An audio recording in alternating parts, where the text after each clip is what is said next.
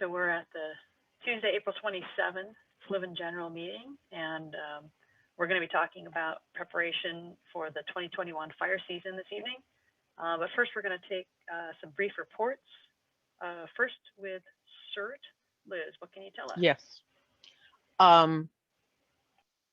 Well, I'll talk about our past activity. On the 17th of April, we did a cooperative county-wide exercise with ARES, which is Amateur Radio Emergency System.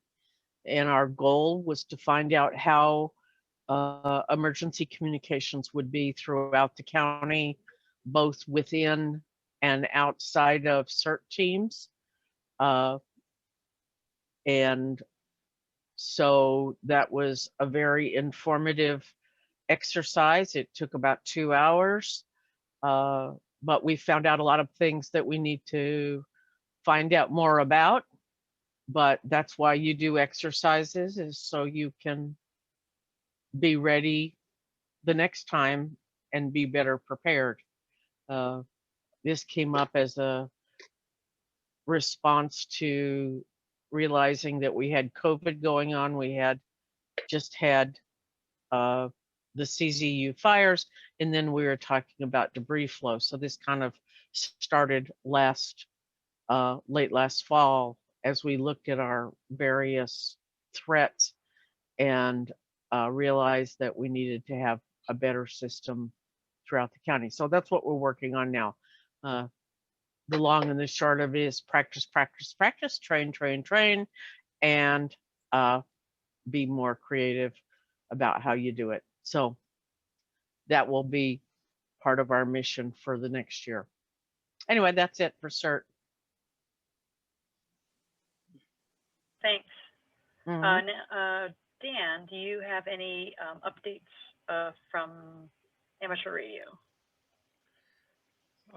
Nothing coming up soon. We may be using ARES for the perimeter control at the active shooter exercise in June, but seems to be still some confusion about that.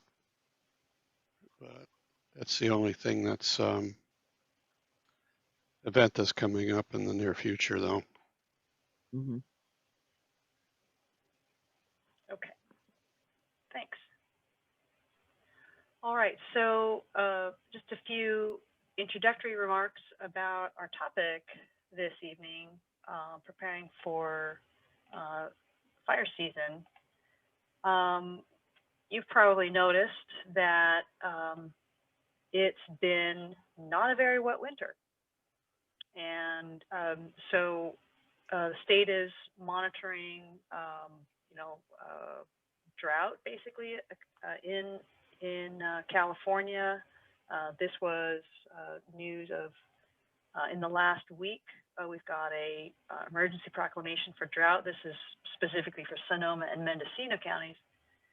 But obviously, the picture does a pretty good job of indicating the growth of our drought condition in the state of California here. This is a post I got off of the U.S. National Weather Service through Facebook. I'm sure that you've seen similar reports. And also, this one also from U.S. National Weather Service, which is just looking at snow melts in California. We've got a little bit of snow, and boy, it is melting away. So we're not in a very good position for our water supply. And I've read some things where saying that the fuel moisture content is very low right now. And we were hoping to actually have had on this call this evening a representative from CAL FIRE to talk more about how the fire service is looking at this upcoming season. And we don't have someone from CAL FIRE this evening, but we have some other awesome guests. but basically, in light of all this information, we thought we would come right back to talking about wildfire. I mean, obviously, last August wasn't that far away, but here we are with an opportunity to wrap our heads around what we should be doing to be prepared for this fire season. And so with that, we've got with us Liz Ann Jensen from Fire Safe Council Santa Cruz, and we have Lynn Sestak from Firewise Santa Cruz to help us learn about, well, not only what we should be doing to prepare, but also what's been happening locally that we should know about from these organizations, what growth has been going on in the neighborhoods, and some tips for us to get ready. So with that, I'd like to welcome our guests. And so Liz Ann, we'll start with you, and welcome, first of all. Thank you. Thank you. I don't know about if in your neighborhoods or not, but here in Bonnie Doon all winter, we heard the same sounds of chainsaws and chippers, and people were calling in that they were doing burn piles. So people have been working really hard this past winter, anticipating this is going to be a challenging summer. So let me just bring up my presentation here for you. It's pretty quick, and there's a little quiz to keep us all awake. So let me go ahead and get started.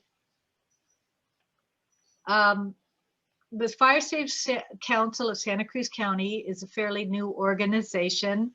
Right now, we are entirely all volunteer, and pretty much everybody on our board has full-time jobs doing something else. So this is a labor of passion and love to try and get the word out about things people can do to be safer for fire. And for those who don't know, the mission for the Fire Safe Santa Cruz County is to educate and mobilize the people in our county to make their homes, their environment, and their communities safer from wildfire. And it so happens that in a grand jury report that came out last year, it turns out that Santa Cruz County has the highest percentage of residents who live in the wildland urban interface, which is where forests interact with urban areas anywhere in the county. So as we know from last year's fire, this is a high risk area. Prior to the pandemic, we were doing a lot of outreach workshops and things like that. With the pandemic, we've been focusing on our social media and webinars to help us get the word out. And we are in the process of redoing our website to become a go-to resource for people in the county who want to know more about fire preparedness, home hardening, etc. We are also very lucky to have Lynn Sestak volunteering on our board. She'll tell you a little bit more about herself, but she's been instrumental in getting a lot of Firewise communities going, and she'll tell you a little more about that. Oops. We also have home hardening and evacuation webinars. In fact, I did one of the home hardening presentations for your group, I think sometime last year. Upcoming events, we are going to be doing a live in-person event, woohoo. It's a home hardening and fuel reduction tour of a home in Bonnie Doon, where it's actually our home, where we've done quite a bit of work. We have a sprinkler system on our roof. We have 800 feet of fire hose. We have a misting system, and we've done a lot of fuel reduction. So that'll be coming up if people are interested in seeing some of the things we've done. Fire Safe Council also supports chipping programs.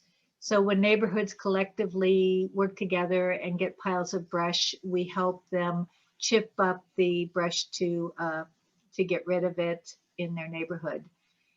And on a larger scale, we also collaborate with other entities to work on shaded fuel breaks.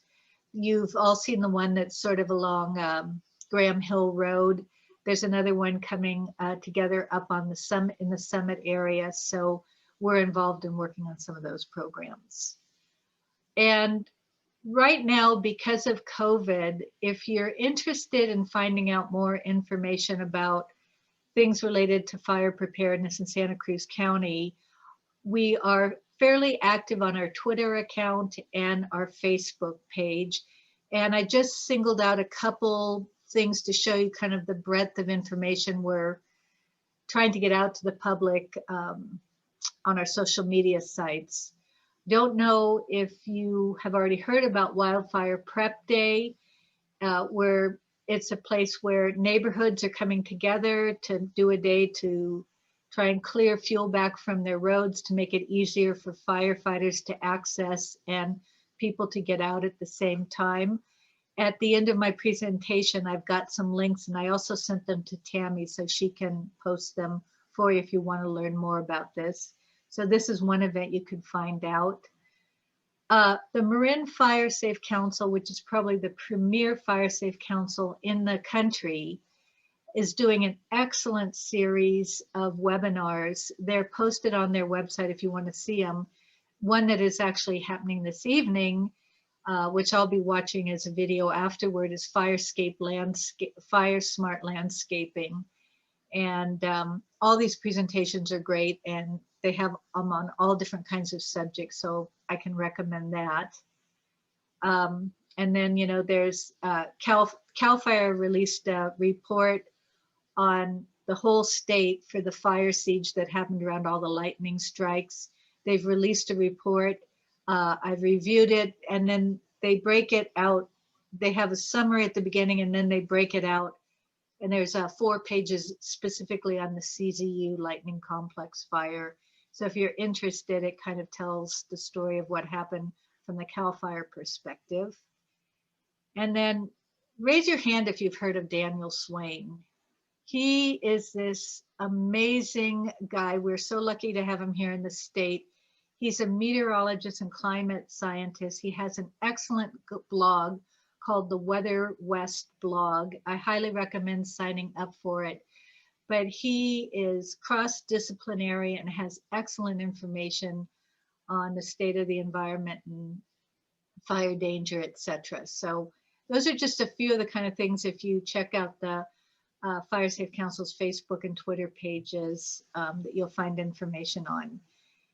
So we're going to do a little quiz right now, and I'm going to show you some before and after pictures.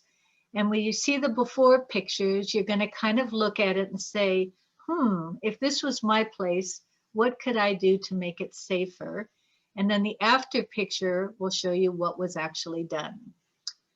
So we'll go ahead and get started. So if you look at this picture, see if you can find 3 vulnerabilities in this picture that would make the house more liable if fire came up. It would be more liable to catch fire if a fire came near the house. We'd like you to, everyone can unmute and just shout out what you see here. I see vegetation up against the external wall of the house. There should be 5 to 6 feet of clearance between the wall and anything else. Correct. Good one. That I'll keep pillow, going. that pillow and the mats too probably catch easily. Good. Okay, well, let me just, gave it away. So the straw mats, if you have cocoa mats or even rubber mats, can catch fire in front of your door. Those, you know, if you're evacuating, take those and toss them in the house if you're leaving. It's a wooden chair, a flammable pillow. If embers, 60 to 90% of fires are actually, that burn down homes are started by ember. Ember could easily land on that pillow, catch the chair on fire, catch the bush on fire, etc. and you can't tell this from the photo, but those are single pane windows. So the heat from the plants or the chair could probably crack those windows and let fire into the house. And if you look over here, these are 4-foot eaves, and there's a 5-foot pyracantha bush under the eaves of that house, which is my house. Okay. Okay, here is the after photo. Can you see any changes that were made here? Like the chair is maybe a metal chair. Yep. And you've got, what do you call those blinds on the window on the inside that'll reflect the heat back? Yeah, they're heavy. If you have heavy duty enclosures inside, you can shut those. If you have things like lace curtains or lightweight curtains, if you have the time before you evacuate, you should take those down, because the radiant heat can actually go transmit through the window and get those smoldering and starting on fire. That's a good one. I can It's see like the you've got succulents there in the pots. Yeah, the asparagus ferns, which are big and fluffy and easy to catch fire, have been replaced. And even if there were time, those plants, those pots could be taken down and moved away from the house, because there's really not any plant material that won't catch fire. These are less likely to, but they still would. And the tree leaning against the eave on the left side of the photo is looks like gone, which is kind of sad, but Yep. kind of necessary. Right. And also you'll notice in the window, there's a little red sticker. That is a pet guide saying what pets you have at your home. And in the case of, evacuation warning, the recommendation is you take your pets and put them in one room and have their carriers staged, because oftentimes they'll pick up on your energy or your concern and bolt and go hide. So at the first sign of evacuation, tuck them away someplace where you have easy access to them. And the little guide in the window, if you're not home and firefighters are defending your house, they may know that you have animals there. So, and then also this is a steel grate down here, which has replaced the cocoa mats. So let's see if I missed anything. You replaced, and the windows are replaced. Is that right? Yeah, the windows have been made double pane. And that first photo was taken in 2009, right before the Martin fire. And over the years, as we've been able to afford it, we have done projects like the steel mat, pretty easy change, replacing the double pane and putting in double pane windows is a bigger project, but you just sort of chunk away at them and continue to work on them. Okay, so onward. You look at this photo, which Mikhail, you can see those pyracantha bushes again. This is just another angle. So I gave away one of the clues, but what other vulnerabilities do you see here? The wood perimeter of the flower bed. Those look like pieces of wood. Concrete, isn't it?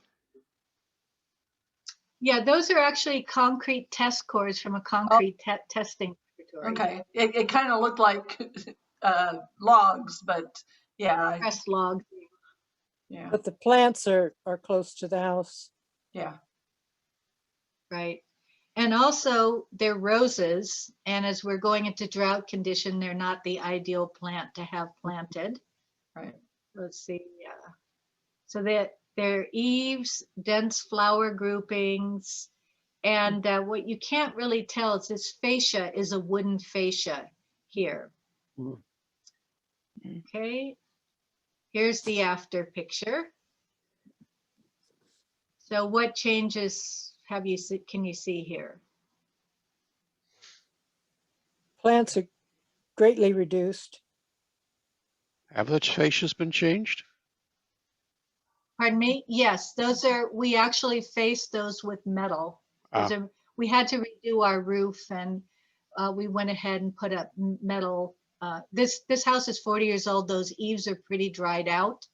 So we wanted to cover them because they had little hairline cracks in them, and it's a place where embers could get embedded. And the beautiful We also roses have did been, some, I'm sorry, go ahead. we also did some hardscaping close to the house with some small gravel, but we put in a water feature, which sort of creates, it doesn't use much water, it's concrete, makes a little water sound. Go ahead, any other things?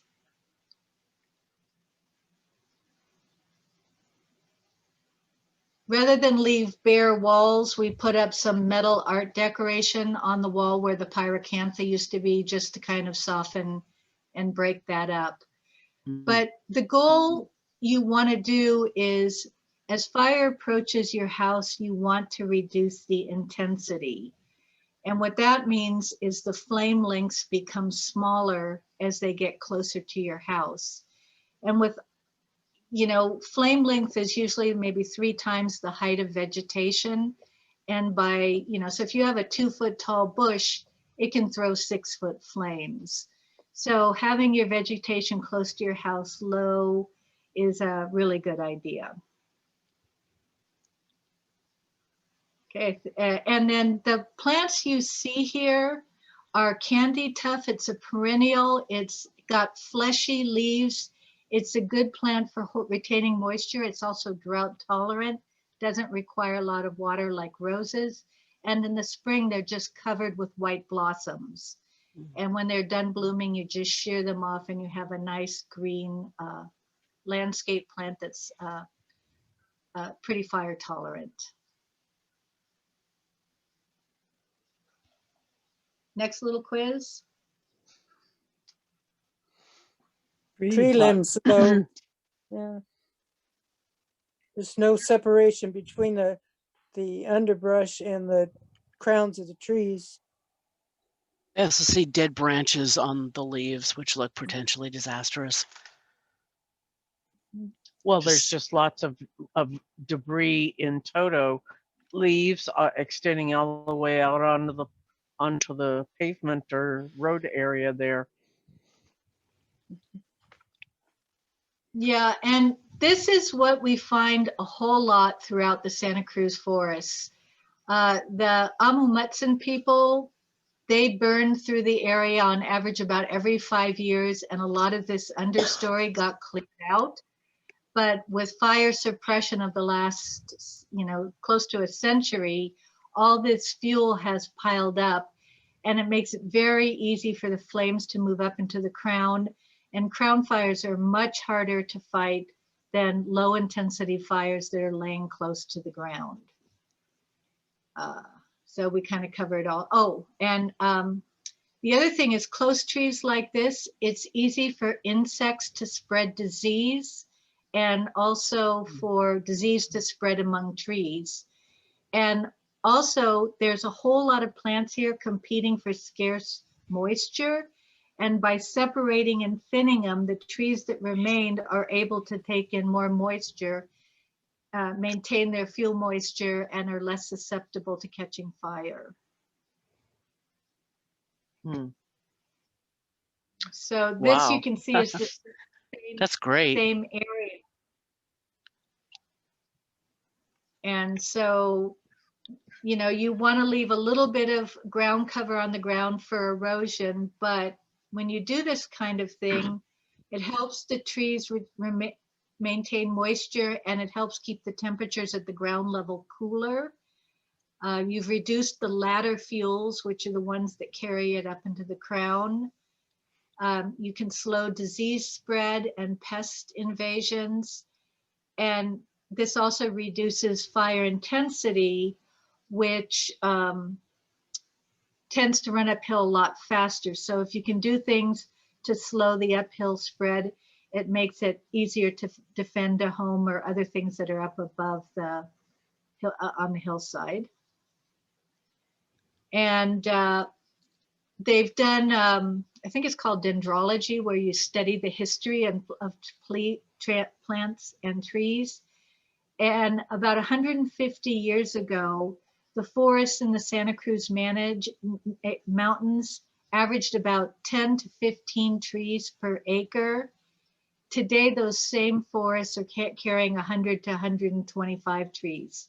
So there's dense fuels, there's strict competition for moisture, and disease spreads much more easily. So doing this kind of work is really important for the health of the forest, actually.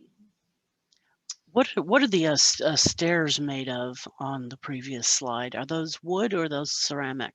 Those are wood steps. Okay. Going up the hill. Again, if fire did catch those on fire, it wouldn't. The flame lengths wouldn't be that high, so it's not a terribly significant risk. Got it. Thanks. Okay. This is the same house. I'm using mine as an example because I do have before and after pictures. This was our home in 2009. And what kind of vulnerabilities do you see in this photo? Trees on top of the overhanging trees over the house, and lots of plants right next to it. And that adjacent, it looks green, outbuilding would be a prime flame spreader. Right. Agreed. And Well, I think you nailed it all.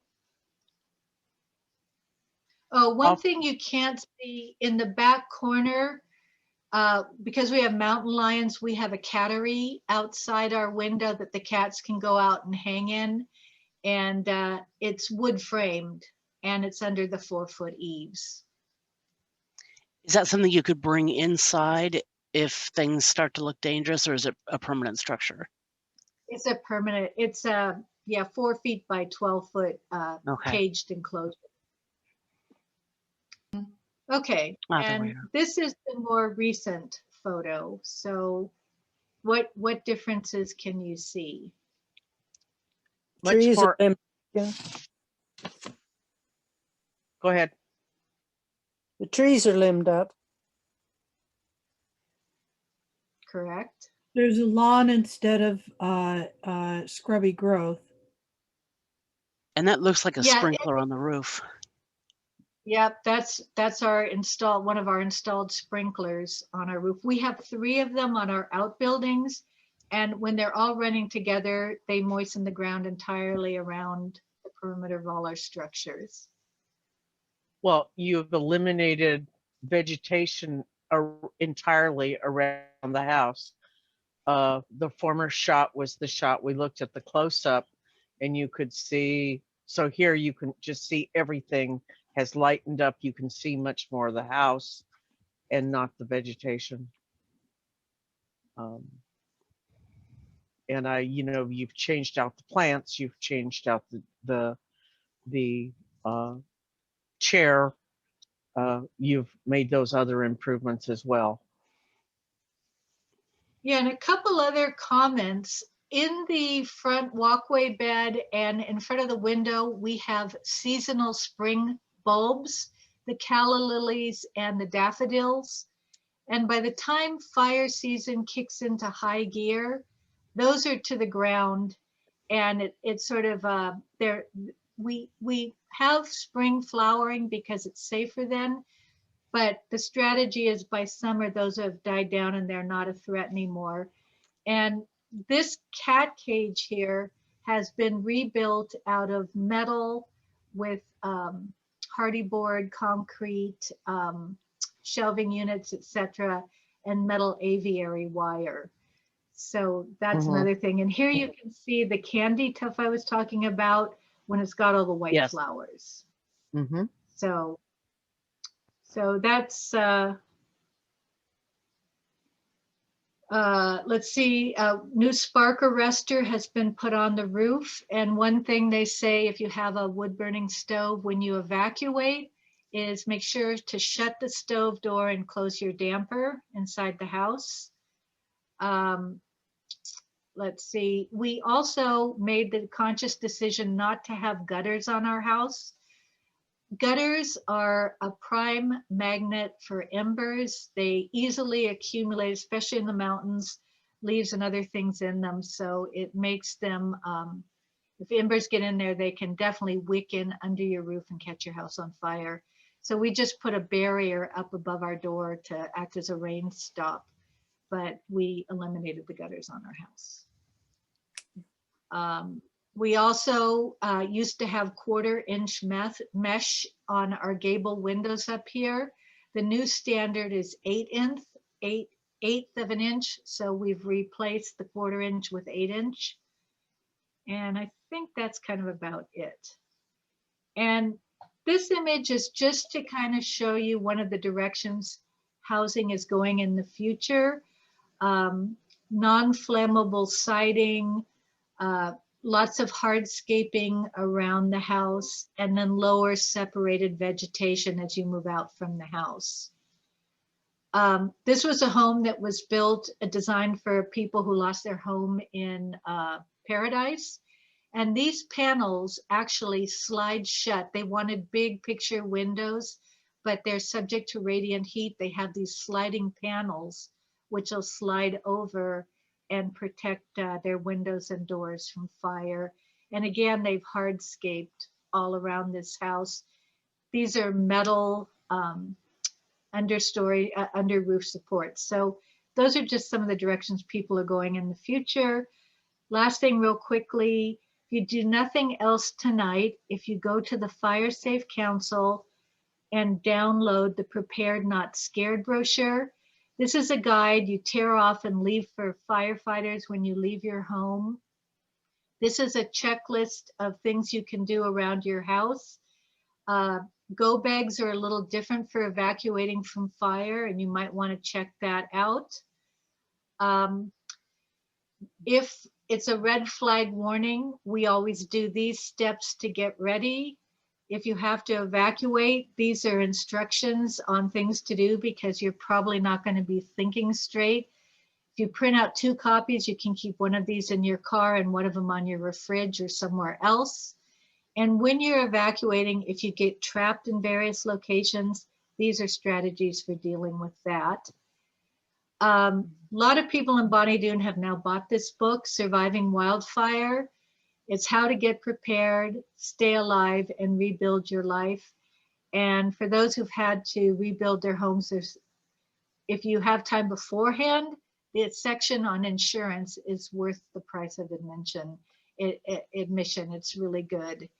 These are the resources I provided to Tammy, and she'll go ahead and give them to the rest of you. So just in parting, if you were a firefighter and you were triaging a neighborhood to try and defend it, consider which of these homes would be the one you'd try and defend, which one you have a better chance of saving. So I'll just conclude on that note, start with the 5 feet around your house and then work out from there. So thank you very much. Liz Ann, quick question, please. Where can we get those? Where can we get those brochures? There's a link. It's on the Fire Safe Council of Santa Cruz County website. There's a tab that says Education, and it is the first tab there. And if you print it out, it comes out nicely formatted on an 8.5 by 11 sheet. And I'd say print 2, put 1 in your car and 1 on your refrigerator, and use a checklist to get ready for fires. Do you have any objection to us printing those out and distributing them? Because as you know, some of our CERT teams do lots of tabling. Yeah, I would be happy. We're working on getting a series of them printed right now, and Liz, I'll make a note and get you some as soon as they're available. That would be great. Do we have anyone with some quick questions for Lizanne before we move to learn about Firewise.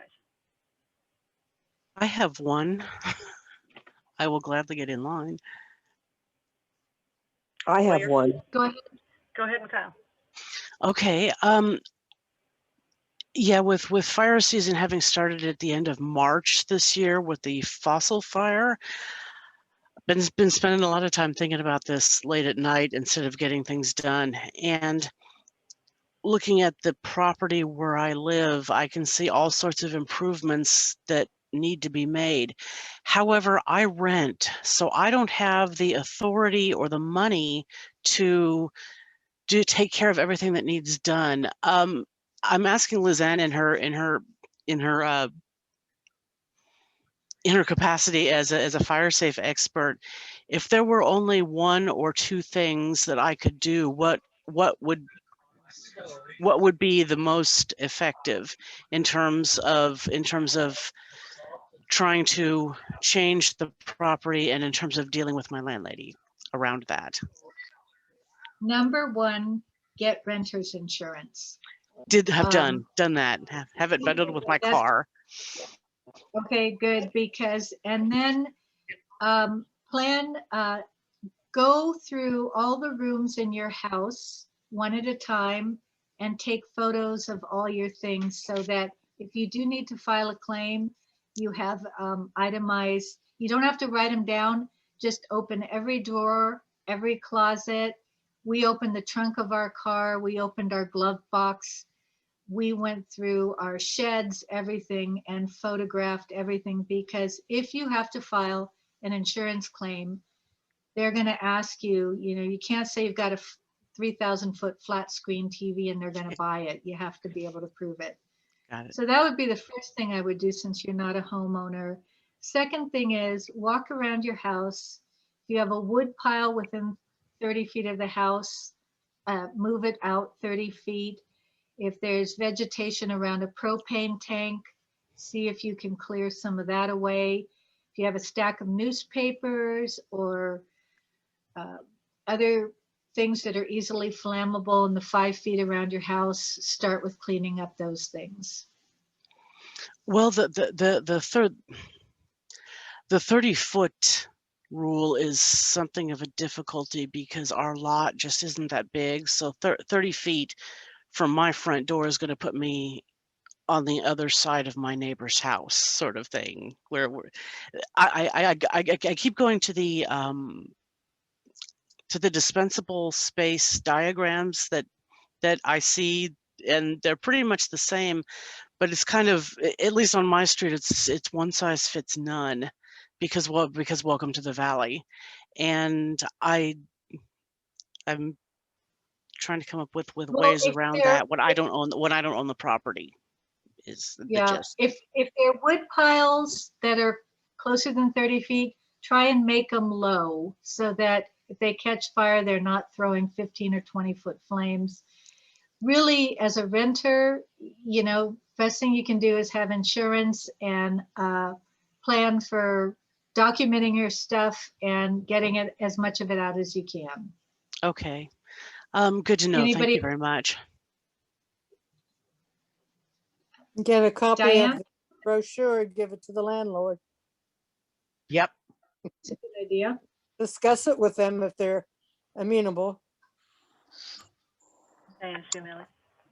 Well, one of the things that I guess I'm surprised about is not taking down my gutters. And I just have never thought of that. And that sounds like a pretty simple change. Is there some priority around that, or something you should do instead of having gutters? Couple things to consider is if you take down your gutters, it's possible that you could erode your foundation. So we have very porous sandy soil. We have 4-foot eaves. So the water doesn't come down right next to our house because that can rot your framing. And it is code to have gutters. There's some debate about changing that. We have made a personal decision not to do that. But the other option is if you have gutters that are tight to your houses, you just have to keep them clean. If there's a red flag warning, that is your cue to get your gutters cleaned out. Thank you. There are guards you can put on the gutters that keep leaf debris out to some extent, and I imagine would help keep the embers from accumulating.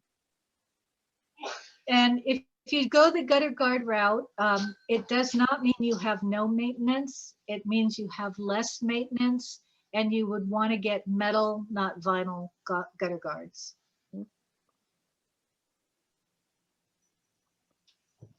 I want to remind folks that there are companies, because many of us don't have the look of people who are up scrambling on the roof anymore.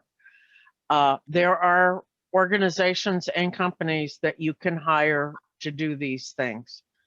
And so I understand its cost, but you may want to balance that with the cost of a broken hip or whatever. So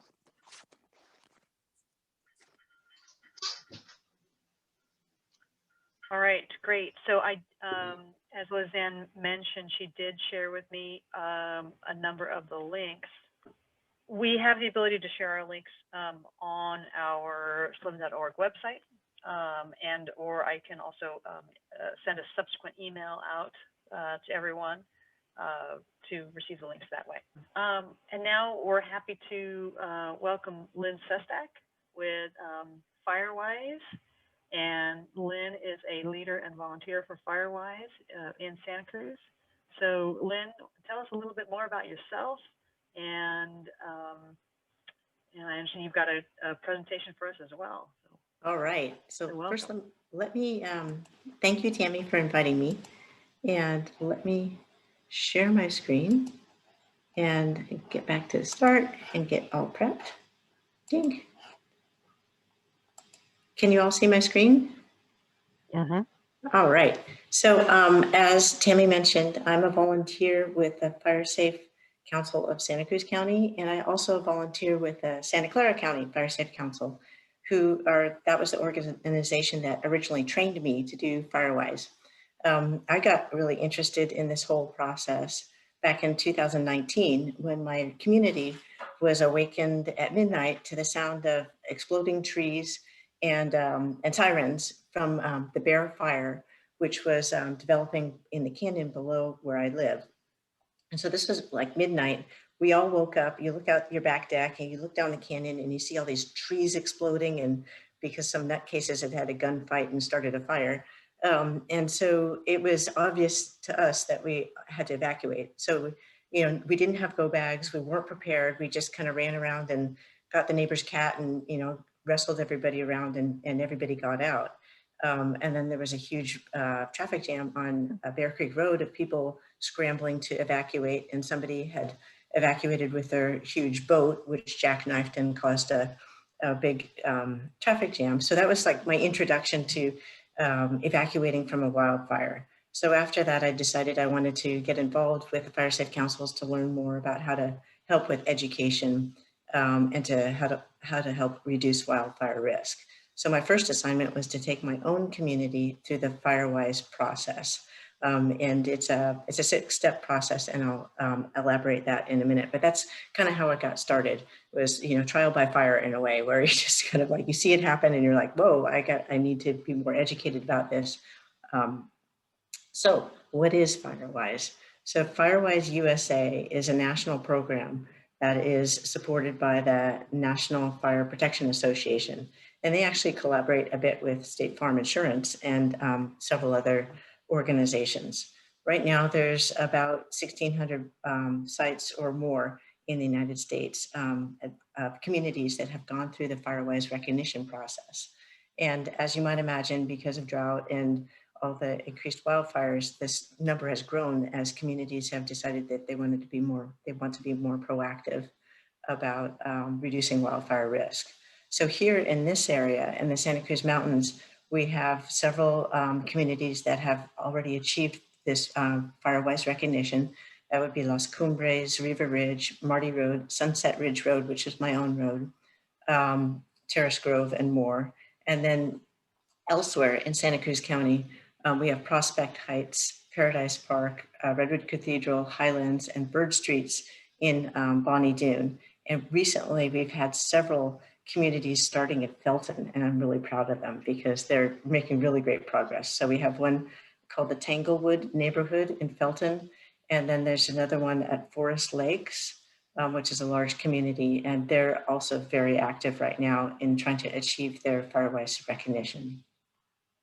Okay, so what is Firewise? It's a process. So it's a framework, and it has 6 steps to it for communities to follow.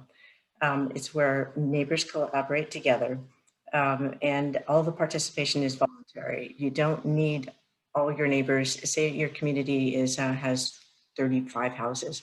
You don't need all 35 neighbors to say, yes, I'm on board. You just need some proactive subset of that to drive this forward. That one of the beauties of doing the Firewise recognition process is it really helps decrease the risk for both your residents. So that's like saving lives, saving property. And it also is an invitation to your firefighters and first responders to say, hey, we've been proactive about making this safer for you to come into our community. So a lot of the steps that Lizanne had talked about were with home hardening are steps that an individual can take. And as you saw, Lizanne's property is just, it's a stellar example of all the things you could do to reduce risk around your house. But what if you had a neighbor that did nothing? And so if your neighbor's house catches fire, you know, it's more likely that your house is going to catch fire as well.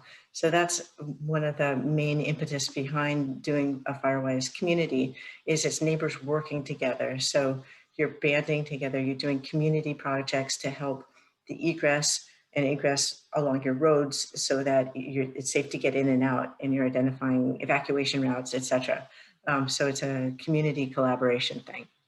So why would you do this? This is actually a picture of some of my neighbors out on one of our work parties, and I'll show you more pictures later on.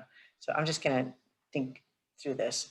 Okay, so some of the benefits of going Firewise for your community is it's kind of a framework for action, and it's helpful not only for wildfires, but also builds that glue and that communication in your community for other emergencies, such as, you know, if you have a really bad earthquake. So it's that common framework where you're collaborating with your neighbors, you know who needs help. You have a way of communicating quickly to your neighbors in case of emergency, etc. It's a community, as I mentioned, it's kind of community building. You get to know your neighbors if you live, especially if you live in a neighborhood where it's not really tight knit. It's a really good way to get to know your neighbors and to see who has strengths and skills that could be shared, like who owns a chainsaw or a chipper. When you do the Firewise recognition process, you have access to professional assistance, and that's the Fire Safe Council help, and then also potential grants, and then collaboration with local fire professionals, etc. And then another thing that is particularly enticing to some people is that you have a potentially favorable impact on your home insurance. So there are some home insurance companies right now, such as USAA and Mercury Insurance, that do provide discounts to homeowners who are in a Firewise recognized community. There's other insurance companies such as State Farm who collaborates with the Firewise USA parent corporation, and so they look favorably on you if you're in a Firewise community. So I had a conversation with my own State Farm agent, and they were really happy that we were Firewise recognized. So that's another bonus of doing the Firewise process. So as I mentioned, there's 6 steps to this process. The first one is you form a board or a steering committee, and these would be some of your proactive neighbors. So it might be 3 to 5 people in your neighborhood who are interested in being proactive and helping to drive the process forward within your community. Okay, the next is you complete a wildfire risk assessment. So this is it's actually a 14-page PDF form, and it's got a lot of questions in it. So your steering committee would collect a lot of data, and then the other portion of it is having a fire professional come in and walk your community with a couple of your steering committee members to provide an assessment of the community. noting risks to the community, things that, actions that could be done by the community to perhaps have better street signage, to do more vegetation management, to have pullouts, a well-marked evacuation route, etc. So that collaboration with a fire professional who walks your community helps kind of provide the basis for information that where you do your planning for the future. Like, how are we going to prioritize what we want to do as a community for the next couple of years? You host a minimum of one educational event. So as Lizanne mentioned, we, the Fire Safe Council of Santa Cruz County offers a number of events. So there's home hardening workshops, and we do a wildfire evacuation workshop, and there's several online webinars from Fire Safe Marin, etc. Then step number 4, we're almost there, you develop a multi-year action plan. So this would be after a fire professional walks your community with your steering committee, he might point out like 20 different things that your community could work on over the next 3 years. And so as a steering committee, you would kind of agree on what seems reasonable, like what's our low-hanging fruit for the first year. Maybe the first year we're going to make sure that all the address numbers in the community are well signed, that fire engines can pull into everybody's driveway, that we have marked turnouts so that if there is an evacuation, that fire engines can come in while our people get out, that sort of thing. And then there's a minimum of investment from your community. So and it's ridiculously low for our area. So it's 1 hour per residence per year, or $25 per residence per year. So for instance, I bet all of you at least weed whack or do something or pay somebody to do something related to wildfire risk reduction around your home. So your steering committee would just tally up those hours or dollars that your community has invested over the past 11 months prior to submitting your application. And it usually totals up to hundreds of hours. You know, if you have a community work day where you get your neighbors out to just cut vegetation along your road so that it's more easily accessible, you know, that's lots of hours right there. And most neighbors will do something during the course of the year, particularly now with the upcoming wildfire season. There's a lot of people who are being really proactive about going out and doing a lot of vegetation management. Finally, your steering committee, which you collect all this information, you create an account on the Firewise USA portal and you submit your application. Usually takes about 3 weeks, and then you are typically approved.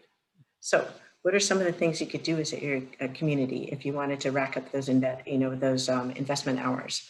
You could have a chipping day. You could do brush clearing and chainsaw days. You could do, this is a picture here of a fire hydrant.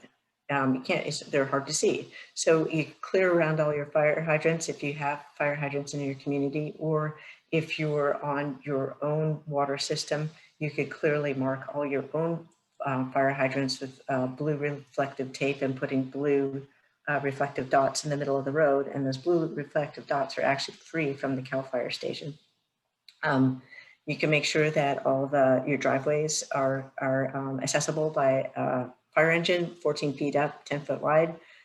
You can mark turnout locations. You could create a GIS map for your community that you could give to CAL FIRE or your local fire station that marks all your water sources and where all your houses and outbuildings are.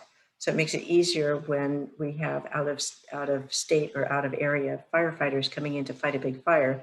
There's that information, that map about your community and its water sources are online and accessible to people who aren't familiar with this area. You can come up with an emergency communication plan. So for instance, in our neighborhood, we use WhatsApp to quickly communicate with all our community members when we have to evacuate, or when it's like heads up, there's a fire, on the ridge across from us, that sort of thing. So having some way to quickly communicate with all your community members is really helpful. You could do evacuation drills, etc. And then there's a few more. I'm not gonna. I know you've been. I'm gonna skip this one. Okay. Then once you receive word that you've been recognized, then you celebrate. And you get 2 of these nifty signs. So this is me holding the sign for my community with some of my community members. And you put this placard out at the entrance, the 2 of the entrances to your community. And it kind of helps let first responders know that you've been really proactive about reducing wildfire risk in your community. So what have some of the local communities around us done? So Las Cumbres is a big community up in the Santa Cruz Mountains near Castle Rock Park. And they became Firewise recognized a couple of years ago. And they've done a lot with creating an alternate evacuation route down the backside of their community. And they've cleared it and they've run evacuation drills. So it provides a lot of better peace of mind for the community members, because in the past there was no real good way out if there was a fire at the head of the community. So that was a real win for them. There's another large community that's actually in Santa Clara County near Lexington Reservoir called Chamaquita Park. And they pioneered this concept of pods.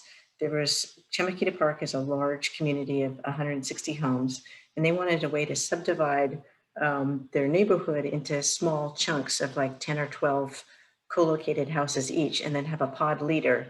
And that was a better way to try to get information, collect information from everybody, and to try to kind of co-locate around, like, if there's an emergency, whose child needs to be picked up. Somebody in your pod would know that, and sharing information resources and helping people who need a little bit of extra time to evacuate. You would have that information if you were tightly coupled in a pod. They also kind of pioneered the use of WhatsApp for emergency communication within their community. And a lot of other communities have adopted that, either WhatsApp, or there's another one called Signal, which I've heard is more private than, some people are concerned about using WhatsApp because of privacy concerns, whereas Signal is supposedly doesn't have that issue. Forest Lakes in the Felton area, big community. I think they have like 600 acres. They're focusing on vegetation management and actively seeking grants to help with a lot of their vegetation management. You have the Tanglewood community that's also Felton, and they've been working really closely with there's Fire Chief Gray, who's very proactive in the Felton area, and he actually refers a lot of communities to me for Firewise because they're interested in Firewise. He's got a captain that helps walk the community with the community members to do these risk assessments. And apparently Tanglewood was just really impressed with how receptive they were and how much information they provided. So that's been a really good experience. So you're lucky in Felton to have those resources. On Riva Ridge up in the Santa Cruz Mountains, that community uses CAL FIRE off-season crews to create shaded fuel breaks for their community. So that's another creative use of resources. They used to use there was a, low security prison crews that were up on Felton Empire Grade. They used to use those that resource pool as well, but apparently with COVID and the CCU fires, that resource pool isn't available right now. But that's just another idea. And then finally, these are some pictures from my neighborhood. So we're Sunset Ridge Road. We have neighborhood work parties. This year, we've already had 8 work parties. We have neighbors who own chippers, and then my husband owns this excavator with a sidearm mower. And we go out as a group and we cut down a lot of trees and we feed them in the chipper, or we mow the side of the road. So you can see we make a big mess, with all these trees down. But it's really lovely because it's a big group effort. And so you can see here's an after picture for one of the sides of the roads that we've cleared up, and we did a lot of clearing, but it's good peace of mind. We feel a lot better about accessibility along our road. Should we have a fire, we feel like we should, it'll be more likely that we're able to escape. We also have good lunches when we're together. So that's And then finally in my slides, which I will send to Tammy to share it with all of you, there's some links to how to get to the Firewise USA website. What else? Your fire safe councils are here to help support you. You can contact us if you want, if you're interested in getting involved with the Firewise process for your community. We'll help do coaching for you, and we'll help try to connect you with others, other communities who are doing the same thing, because it's great to brainstorm with other communities who have gone through the same process, who have created, you know, interesting banners to try to entice more neighbors to come in and that sort of thing. So that's what we have. And then what's next, if you're interested, you know, look to see if there's other people in your community to form a steering committee, and then contact us. And then that's it. Just a couple of links. Again, I'll share these slides with Tammy afterwards. That's it. That's wonderful. Thank you. I think maybe one of your slides sort of addressed this with the concept of pods, but just kind of fundamentally, what makes a good size for a Firewise community? Well, it's so my community is 10 homes, so it was super easy. And plus we all got religion because we all had to evacuate from a fire. So, you know, no selling there. But as you get into larger communities, it seems like it's worked better for those communities when you subdivide. So for instance, Aldercroft Heights, which is also near Lexington Reservoir, they subdivided along streets. They had 5 streets. So they made 5 pods and a pod leader for each, because it was easier for that person to like go door to door and say, sign up, you know, here, join us. So the communication loop works better. It's harder for larger communities. For instance, Mount Herman Conference Center is 450 homes. And so for them, they have this challenge, like how do we divide and how do you talk to people? So the concept of pods is what seems to work best, of just subdividing, just so you get communication going. Great.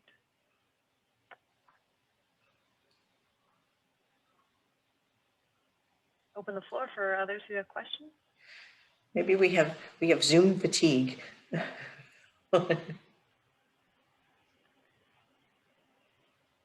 It was thank just you. so thorough, Just a there were quick not a comment. lot of questions left. Thank you. Well, thank you for having me.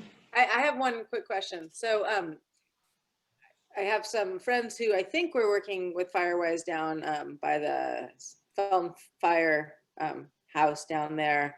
And is there, so when you do a neighborhood assessment of, you know, kind of what things could get done in the neighborhood, are there people who can also help with individual houses to do more and go through that? So there is something that the Santa Clara Fire Safe Council offers, and it's called HIZ inspections, Home Ignition Zone inspections.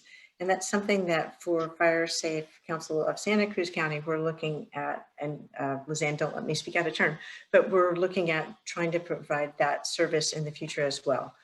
Because you need to get enough people trained up. But the way it works in Santa Clara County is you just make a request through the website. And then depending on, you know, the availability of trained personnel, they come out to your house with a checklist and go around your house and touch on a lot of points that Lizanne mentioned for home hardening. You know, the first 5 feet around your house, making specific suggestions about plants and, you know, double pane windows and that whole thing, and leave you with a checklist and things to do. So that would be the next step beyond the community assessment. Did that answer your question? Yeah, I did. And no, I was late to the meeting. Okay. So I'm sure Lizanne talked about probably Okay.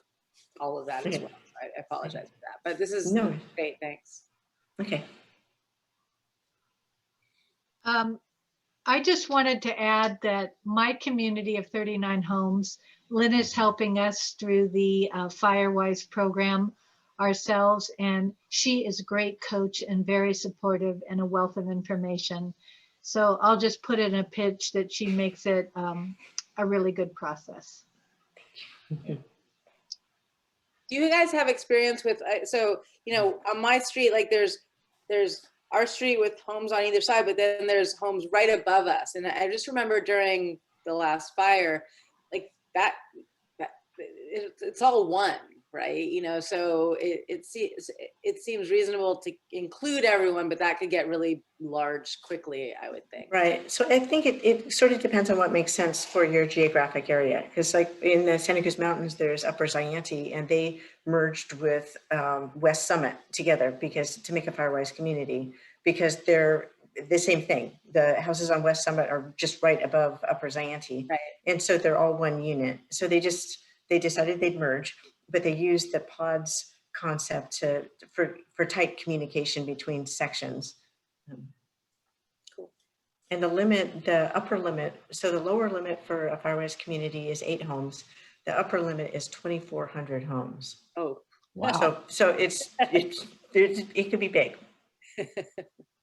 And I think Santa Cruz Gardens is now starting as a Firewise community, and they have 550 homes. So there's room.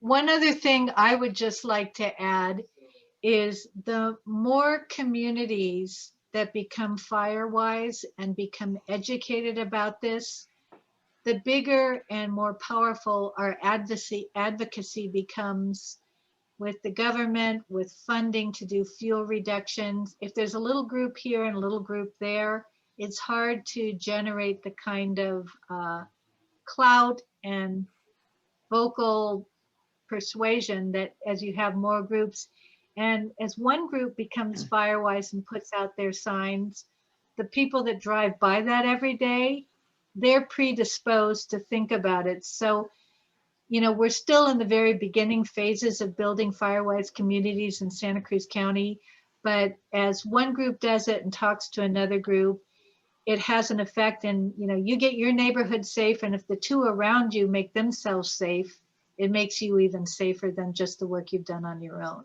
So just wanted to add that. Do either of you know if there are any resources? Every neighborhood has people who, for a variety of reasons, just can't do the thing they need to do. Maybe it's mental illness, maybe it's age, could be poverty. Do you know of any resources that will help the neighbors help that person to get their property improved? I don't know of any in Santa Cruz County. In Santa Clara County, there is a program called SNAP through the Fire Safe Council, which provides grants to help people with special needs or disabilities or poverty to do cleanup around their house, where they send out a crew of tree cutters and others to do vegetation management, etc. But that's I don't know of an equivalent here, maybe through RCD. Lizanne, do you know of an equivalent program? Our program is still so new. We don't have that level of support right now. But if you're doing Firewise work, we have a neighbor who is on disability and not able to do work, but he is perfectly happy to have neighbors come in and help him with the work. So if you've done a lot of good clearing in your neighborhood and this neighbor is amenable to it, you know, maybe make a work day around helping them, because helping them helps you too.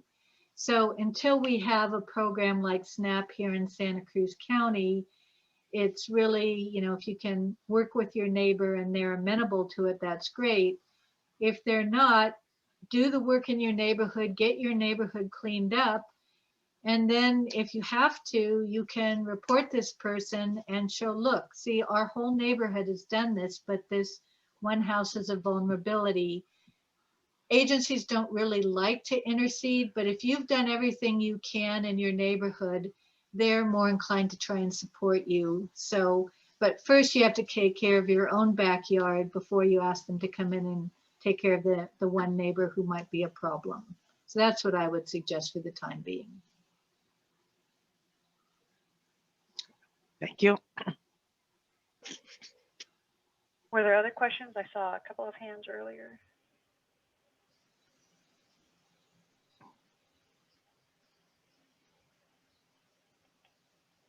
Okay, I'm just going to do a quick screen share here.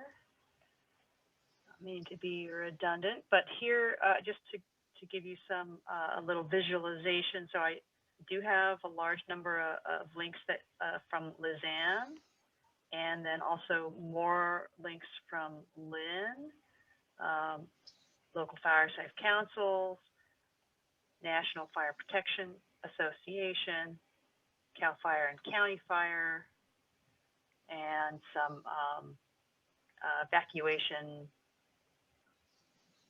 related And checklists. just for folks who are looking at this, the one that says Fire Safe Santa Cruz County Prepared Not Scared checklist, that's the one I was talking about to go and download and start using it as a guide around your own homes.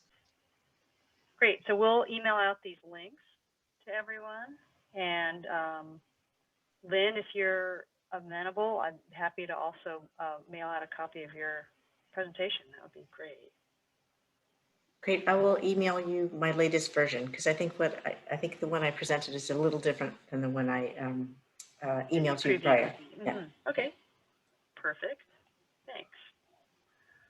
Yeah. And so I wanted to add just a little bit more related to CAL FIRE. And again, we weren't able to have a CAL FIRE guest this evening, but and then there was also a CAL FIRE webinar that was going on right now this evening. So actually, CAL FIRE has basically put out a 3-part webinar, a series of meetings that they actually held this month. So at the beginning of the month on April 6th was what they called Ready, Set, Go. So there is a recording of that on YouTube. And that's all, basically all about being prepared to evacuate so that you don't get caught in a fire. And then they had on April 21 a home hardening webinar. So there's a recording for that. And then tonight actually was their webinar that's about the CZU Lightning Complex lessons learned. So I have to say I'm really interested to see the recording of that webinar when they post it. So they've got a YouTube channel that has these recordings on it. So again, I'll send these out.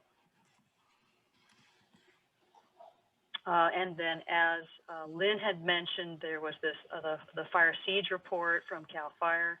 I've got a download link for that PDF. And that's a pretty interesting document. Let's see. I've got it open, but I have to do flip the sharing so I can pull that up. And it's, I just wanted to show a couple things about it.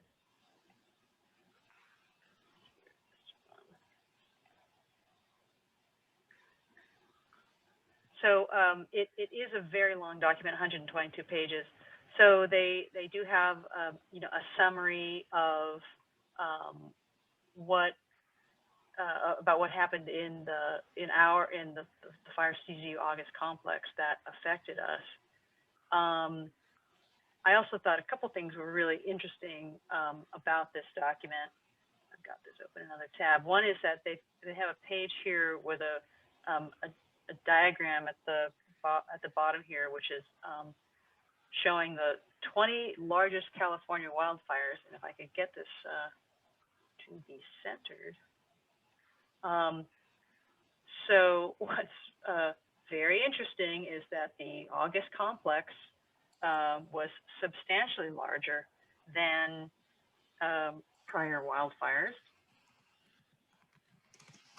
I thought that was pretty interesting. Once in a while, we here at SLVEN we'll do kind of a retrospective and look at some stats around wildfires.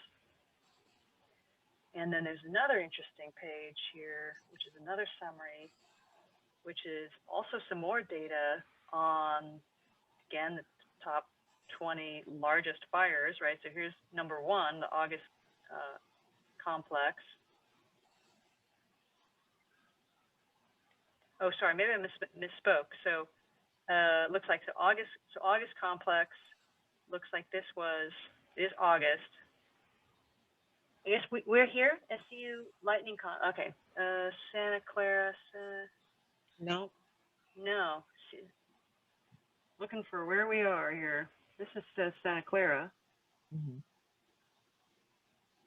Keep going down. Yeah. We're looking for Santa Cruz and San Mateo. Well, this is top 20 is what they say. Oh, Mhm. Yeah, we're we not, were 88. yeah. We Well, you know, were what we said on 88. the fire one today was really interesting was, although we're not the largest in the area in the last few years, in our region over the last 100 years, there's never been a fire like this as large in our specific area. So that's perhaps equally interesting, right?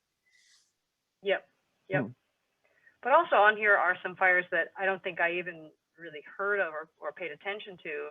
But, you know, there were some fires that had some, you know, significant loss of life, you know, in this same time frame.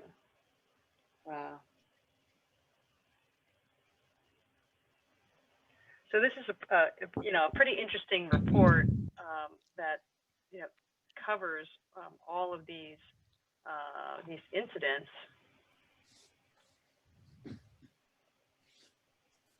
And you know, they're looking at what happened with their staffing, for example, and how they responded. So this is a pretty cool document if you ever want to like really look at everything that they did and how we were affected. Yes, Lizanne.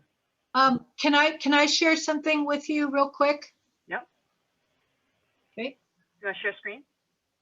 Yeah. Yeah, go right ahead. Okay, hey, hang on. Let me see if I can. Yeah. This is a report that talks about the full cost of a wildfire. And if you look over here, the short-term expenses, that's aid, relief, and evacuation, which CERT helped with, immediate road and land stabilization, fire suppression costs state and locally, home loss. That's your short-term expenses, but there are all these long-term expenses which account for 65%. So if you imagine all the money we've spent on the fire, the CZU fire,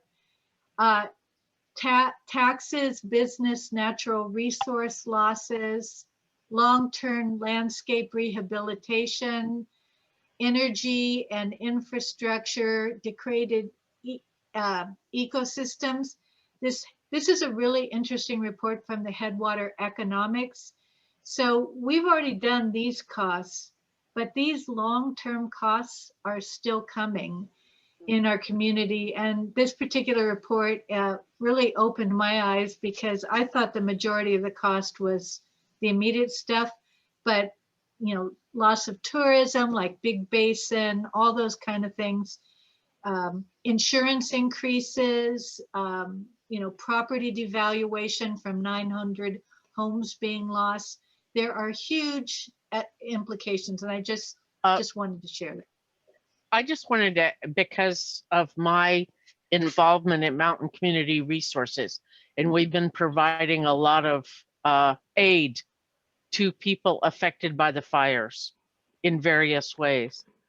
Those numbers that you just put up do not include the personal numbers. That's governmental and large systems. When Joe and Jane Public lose their house and have to go live over the hill for several months and come back, those costs are not part of the numbers you just presented. So the numbers are much bigger than that. That's just the municipality and state and book numbers. And I hadn't realized that about those numbers until earlier this year when I came to understand that, you know, those roads are, the whatever it is, it's what the counties charge for and things like that, or the cities. It's not, doesn't include those other numbers. So yeah, the numbers are even bigger and the lives impacted are even bigger. Anyway, done. Sorry.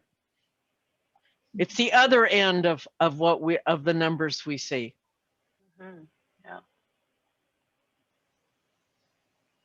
All right. Well, we can transition into further conversation on this, open discussion. And once again, just thanks so much, Liz Ann Yeah.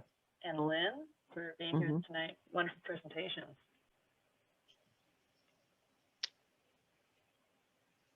Thank you. Yes. Thank you both. It was a great presentation.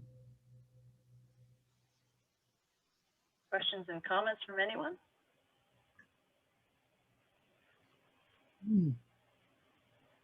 She was talking about that. I was also thinking, talking about Mount Herman. I was thinking, I ended up having to do the census work at that time.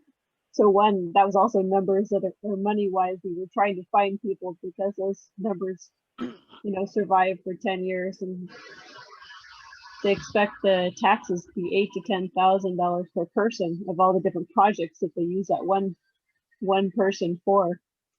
In terms of being able to like get grants and funding and stuff.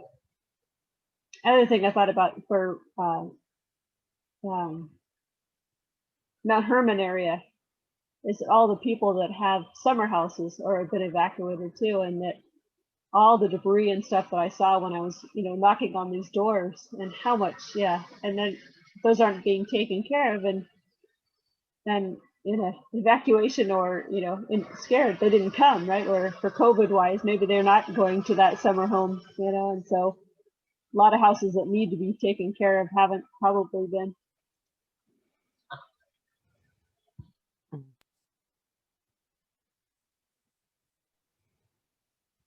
Well, I'll share that,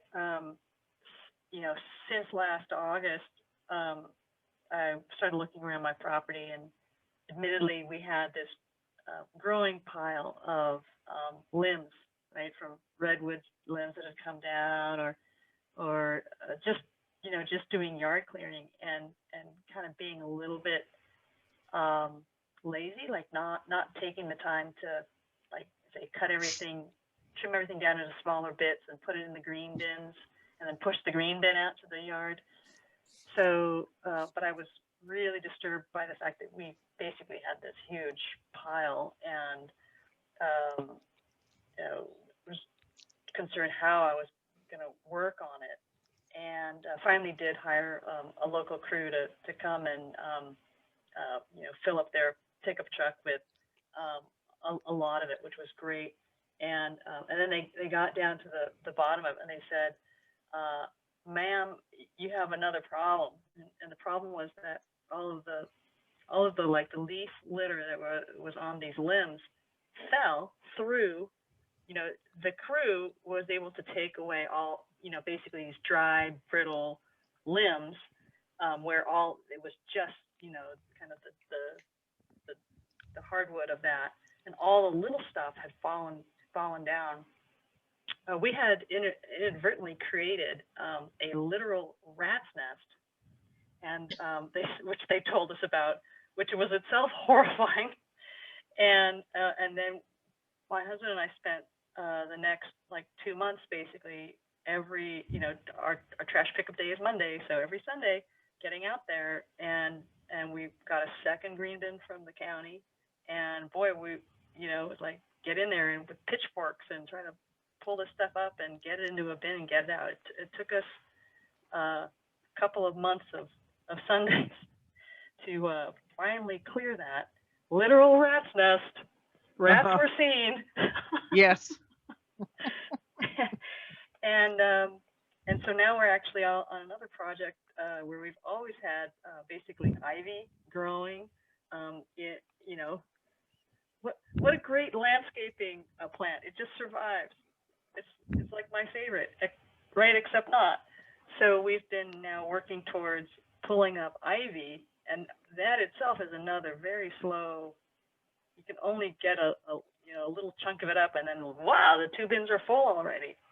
And at least you can't kill yourself from overwork on a single Sunday by trying to pull up the entire yard all at once. But for us, it is a long-term project to work on this and reduce the fuels around our house. And I really don't think we would have ever been motivated to even start that without, really just coming to terms with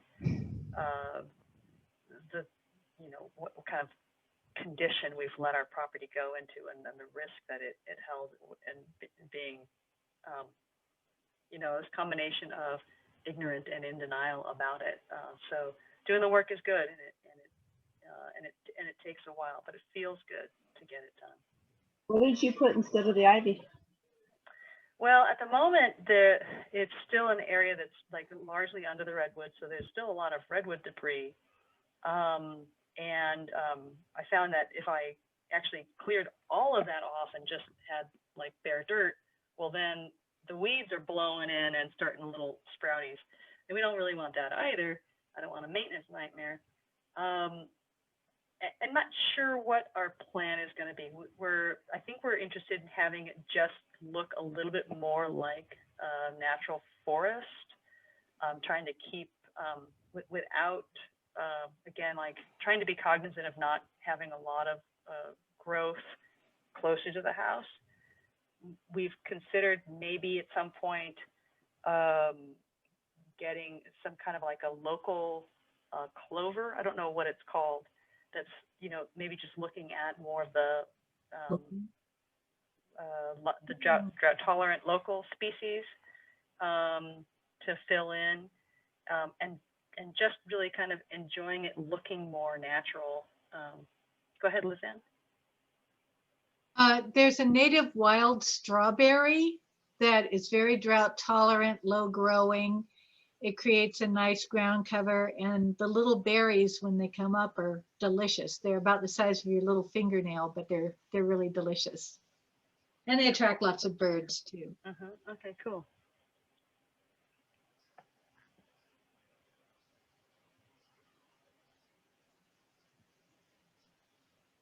Yeah, I'll just add, we had a very similar experience to Lynn with the Martin fire in 2008. And when that fire happened, I was it actually was my intro into CERT, is I was completely unprepared. I ran from room to room. I didn't know what to grab, what to do.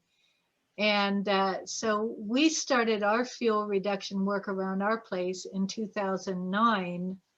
And what is it, 2021? And every year we've been doing projects, and we still have more we want to do. And you just do what Tammy did, and you start, identify a problem, and then just chug away at it. And when you get that one done, you'll see another one and you work on that. So it's a process, and hopefully you get to what you need to get to before you actually looking at a fire roaring down your street. So as we say in CERT, start where you stand. And because it can be overwhelming. So even if it's just making sure the green can gets filled this week, and if that's your minimalist approach, but you're doing it religiously, it can do a lot.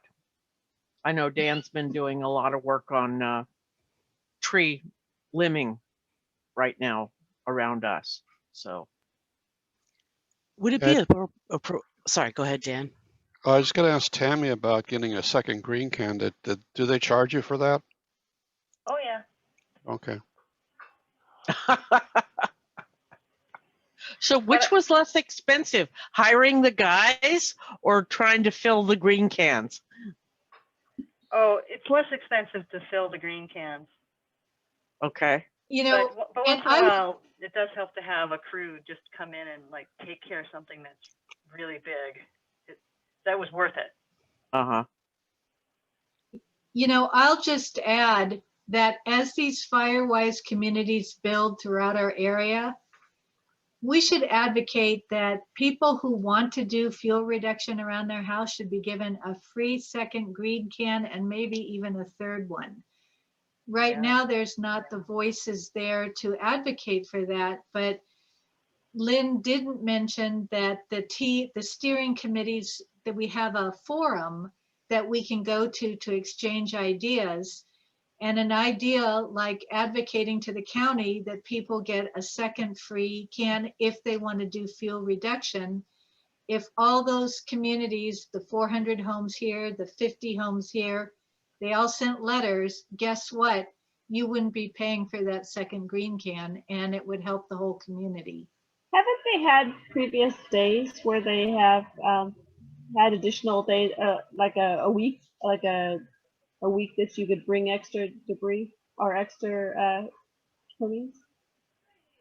Previously, is that usually in the wintertime or something? I thought the dump did that at one time, that you could bring extra stuff at different times. No? They I think have done that. They And have the done that, Christmas- but they haven't done it regularly.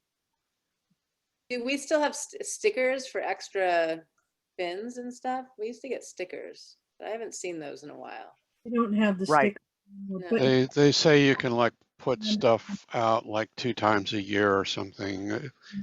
It's like I'm looking at the website and they say, you know, yard trimmings, place in 32 gallon cans or tied in secured bundles no larger than 3 by 3 next to your yard trimmings carts. Oh. So And they pick up your Christmas tree. Yeah. they also say something about a smaller 65 gallon trimmings cart is available by request. Now, I don't know if that means instead of or in addition to. That's instead of, but if you aren't careful, you may have the smaller 65 gallon and you're entitled to the larger one. They will swap it out for free if you call and ask for the larger size. Ours is the large one.